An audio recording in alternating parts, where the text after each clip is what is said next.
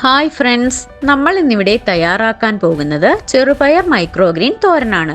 വളരെ ഹെൽത്തിയും ടേസ്റ്റിയുമായിട്ടുള്ള റെസിപ്പിയാണിത്. മൈക്രോഗ്രീൻസ് എങ്ങനെ വീട്ടിൽ വളർത്തിയെടുക്കാമെന്ന് ഞാൻ ഈ വീഡിയോയുടെ അവസാനം ചുരുക്കി പറയുന്നതാണ്.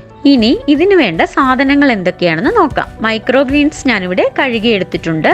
ഒരു സവാള, അരക്കപ്പ് മസൂർ ദാൽ വേവിച്ചത്, പരിപ്പധികം വെന്തു പോവാൻ പാടില്ല, അരമുറി തേങ്ങ ചിരകിയത്, 1/2 ടീസ്പൂൺ മഞ്ഞൾപ്പൊടി, 2 വെളുത്തുള്ളി, 1/2 ടീസ്പൂൺ മുളക് പൊടി, പിന്നെ കടുക് വറക്കാൻ വേണ്ട സാധനങ്ങൾ: കടുക് 1 ടീസ്പൂൺ, അരി 1 ടീസ്പൂൺ, കുറച്ച് കറിവേപ്പില, 2 വറ്റൽമുളക്. ഇനി ഇത് എങ്ങനെയാണ് തയ്യാറാക്കുന്നതെന്ന് നോക്കാം. ഒരു പാൻ അടുപ്പത്ത് വെച്ച് 2 ടീസ്പൂൺ വെളിച്ചെണ്ണ ഒഴിച്ചു കൊടുക്കാം. വെളിച്ചെണ്ണ ഇപ്പോൾ ചൂടായി വന്നിട്ടുണ്ട്. ഇനി നമുക്ക് എടുത്തു വെച്ചിരിക്കുന്ന അരി ഇട്ട് ഒന്ന് ഇളക്കി കൊടുക്കാം. അരി ഇപ്പോൾ ഒന്ന് മൊരിഞ്ഞു വന്നിട്ടുണ്ട്. ഇനി നമുക്ക് കടുക് ഇട്ട് കൊടുക്കാം. കടുക് ഇപ്പോൾ പൊട്ടിത്തുടങ്ങിയിട്ടുണ്ട്. ഇനി മുളകും കൂടെ ഇട്ട് ഒന്ന് ഇളക്കി കൊടുക്കാം. അതിനുശേഷം കറിവേപ്പിലയും ഇട്ട് കൊടുക്കാം. ഇനി സവാള കൊത്തി അരിഞ്ഞത് ഇട്ട് ഒന്ന് ഇളക്കി കൊടുക്കാം. സവാള ഒന്ന് വഴണ്ടു വന്നിട്ടുണ്ട്. ഇനി അരിഞ്ഞു വെച്ചിരിക്കുന്ന മൈക്രോഗ്രീൻസ് ഇട്ടൊന്ന് ഇളക്കി കൊടുക്കാം.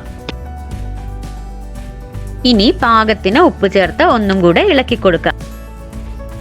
മൈക്രോഗ്രീൻസ് അധികം വെന്തു പോകാൻ പാടില്ല.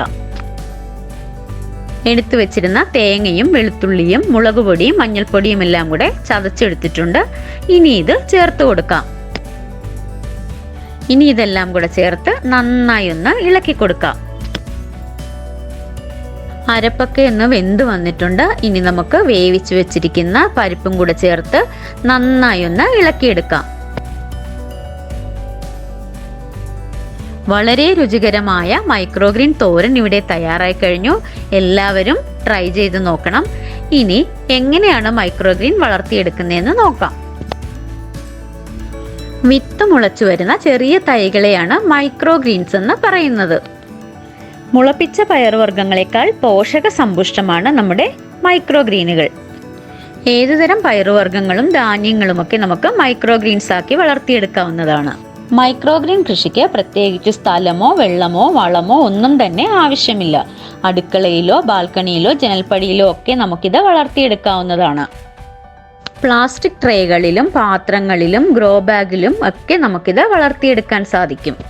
ഇതിന് മണ്ണോ ചകിരിച്ചോറോ ഒന്നും തന്നെ ആവശ്യമില്ല. പഴയ കോട്ടൺ തുണികളും ടിഷ്യൂ പേപ്പറും ഒക്കെ ഉപയോഗിച്ച് നമുക്കിത് വളർത്തിയെടുക്കാവുന്നതാണ്. ആദ്യം തന്നെ നമ്മൾ എടുക്കുന്ന വിത്ത് ഒരു 10-12 മണിക്കൂർ കുതിർത്ത് വെക്കണം. കുതിർത്ത് വെച്ച വിത്ത് നമ്മൾ വെള്ളമൊക്കെ മാറ്റി ഒന്ന് മുള വരാനായിട്ട് വെക്കണം. പ്ലാസ്റ്റിക് ട്രേയോ പാത്രങ്ങളോ എടുത്ത് അതിലേക്ക് കോട്ടൺ തുണിയോ ടിഷ്യൂ പേപ്പറോ നന്നായി വെച്ചു കൊടുക്കുക. അതിനുശേഷം മുളപ്പിച്ച വിത്ത് അതിലേക്ക് വാരിയിടുക. ഇടയ്ക്കിടയ്ക്ക് വെള്ളം സ്പ്രേ ചെയ്ത് കൊടുക്കണം. ഒരുപാട് വെള്ളം ഒഴിച്ചു കൊടുക്കാൻ പാടില്ല. ഇത് നേരിട്ട് സൂര്യപ്രകാശമൊന്നും കൊള്ളിക്കേണ്ട ആവശ്യമില്ല. 2-3 ദിവസം കഴിയുമ്പോൾ ഇലകളൊക്കെ വന്നു തുടങ്ങും. 10 മുതൽ 15 ദിവസം വരെയാണ് മൈക്രോഗ്രീൻസിന്റെ വളർച്ചാ കാലഘട്ടം. 2 പ്രായത്തിൽ തന്നെ വിളവെടുക്കുന്നതാണ് ഏറ്റവും നല്ലത്. 10-12 ദിവസം കഴിയുമ്പോൾ നമുക്കിത് വിളവെടുത്ത് തുടങ്ങാം. ഇത് തണ്ടോടുകൂടി മുറിച്ചെടുക്കാവുന്നതാണ്. വളരെ പോഷക സമ്പുഷ്ടവും വിഷരഹിതവുമായ നമ്മുടെ മൈക്രോഗ്രീൻസ് ഉപയോഗിച്ച് ഒരുപാട് റെസിപ്പികൾ ചെയ്യാവുന്നതാണ്. അപ്പം എല്ലാവരും ഒന്ന് ട്രൈ ചെയ്ത് നോക്കണം. നമ്മുടെ ചാനൽ ഇതുവരെ സബ്സ്ക്രൈബ് ചെയ്യാത്ത ആരെങ്കിലും ഉണ്ടെങ്കിൽ ഒന്ന് സബ്സ്ക്രൈബ് ചെയ്യാനും അതുപോലെ ബെല്ലൈക്കൺ അമർത്താനും മറക്കരുത്. അപ്പോൾ പുതിയ റെസിപ്പിയുമായി ഉടനെ കാണാം. താങ്ക്